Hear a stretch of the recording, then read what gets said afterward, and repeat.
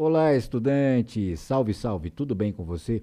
Eu sou o professor Luciano Adley e esta é mais uma aula do nosso curso de Física Geral. Sejam todos bem-vindos. Na aula de hoje, veremos duas características fundamentais de um fluido. Fluido ideal, um modelo físico importante, e o seu escoamento laminar. Você sabe o que são essas coisas, esses conceitos? Então, acompanhe o vídeo até o final que eu explicarei já já.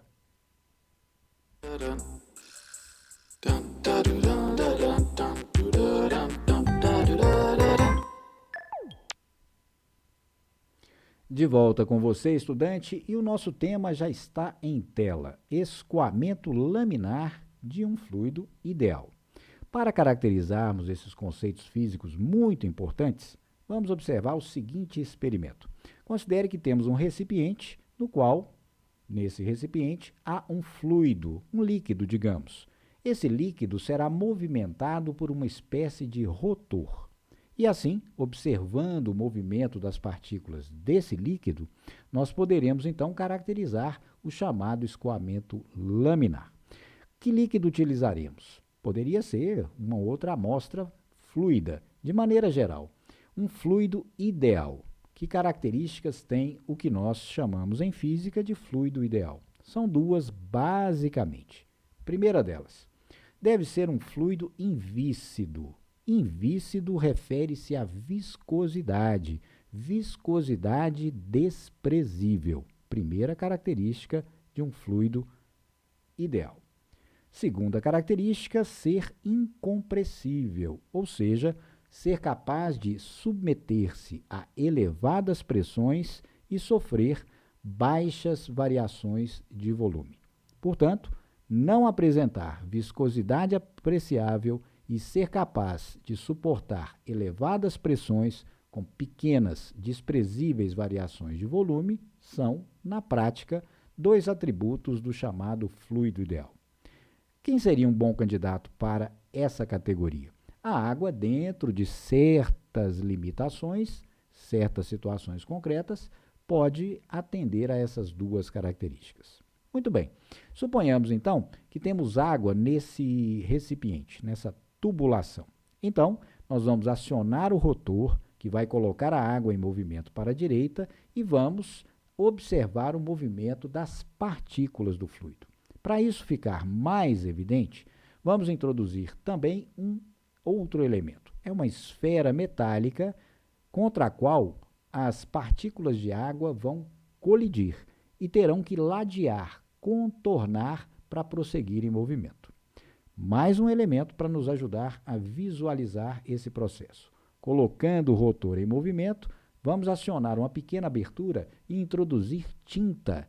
As gotas de tinta deixarão um traço visível que nos permitirão, então, de maneira segura, observar o movimento das partículas do fluido.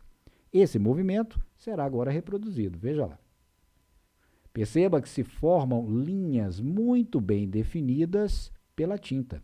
Essas linhas recebem o nome genérico de linhas de corrente. As linhas de corrente assim formadas mostram que as camadas do fluido podem se mover e não se interceptar durante o movimento, mantendo um padrão regular, como aqui aparece.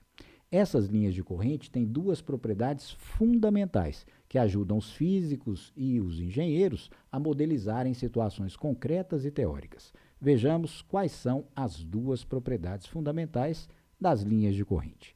Primeira delas, as linhas de corrente são mais ou menos adensadas, concentradas, juntas, onde a velocidade local do fluido seja maior ou menor. Portanto, teremos linhas mais próximas relativamente umas das outras ou mais afastadas, conforme a velocidade do fluido seja também ou maior ou menor. Pense aí, estudante. Observe aqui o nosso contorno e o nosso padrão de linhas de corrente para esse experimento. Vamos localizar duas regiões, dois locais, local A e local B. Com base na primeira propriedade, responda aí. Em qual desses locais a velocidade do fluido é maior e em qual é menor? Bom, é claro, veja lá. No local ou na região em torno do ponto A, perceba que as linhas de corrente estão mais próximas umas das outras, portanto, mais adensadas, mais juntas, mais concentradas. No local B, em torno do ponto B, perceba que há um distanciamento relativo maior entre essas linhas de corrente, o que confirma que nesse local a velocidade do fluido é menor do que em A. Portanto, podemos escrever que, em termos de valor, a velocidade das partículas do fluido no ponto A é maior que no ponto B. Além disso, as linhas de corrente têm uma segunda característica. Elas nos permitem determinar a direção e o sentido do vetor velocidade individual das partículas do fluido. Através de que característica? Veja lá, segunda propriedade. Em cada ponto, como em A ou em B, a velocidade das partículas do fluido lhes é tangente. Ou seja, a velocidade das partículas do fluido é tangente à linha de corrente que passa por aquele ponto. Então, quais seriam as direções das velocidades das partículas nos pontos A e B? Basta traçar uma tangente pelo respectivo ponto. Então, veja lá.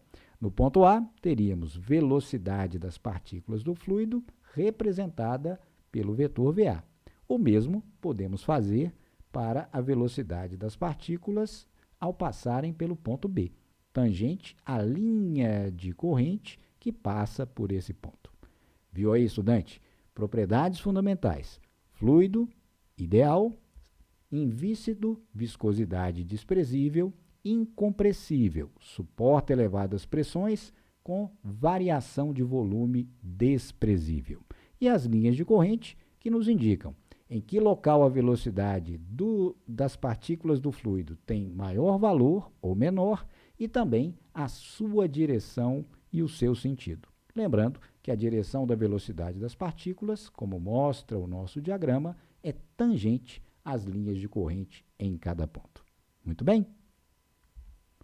Então, estudante, gostou do vídeo? Se sim, deixe o seu like, compartilhe e, se não é inscrito, inscreva-se no canal. Então, até a próxima aula e bons estudos!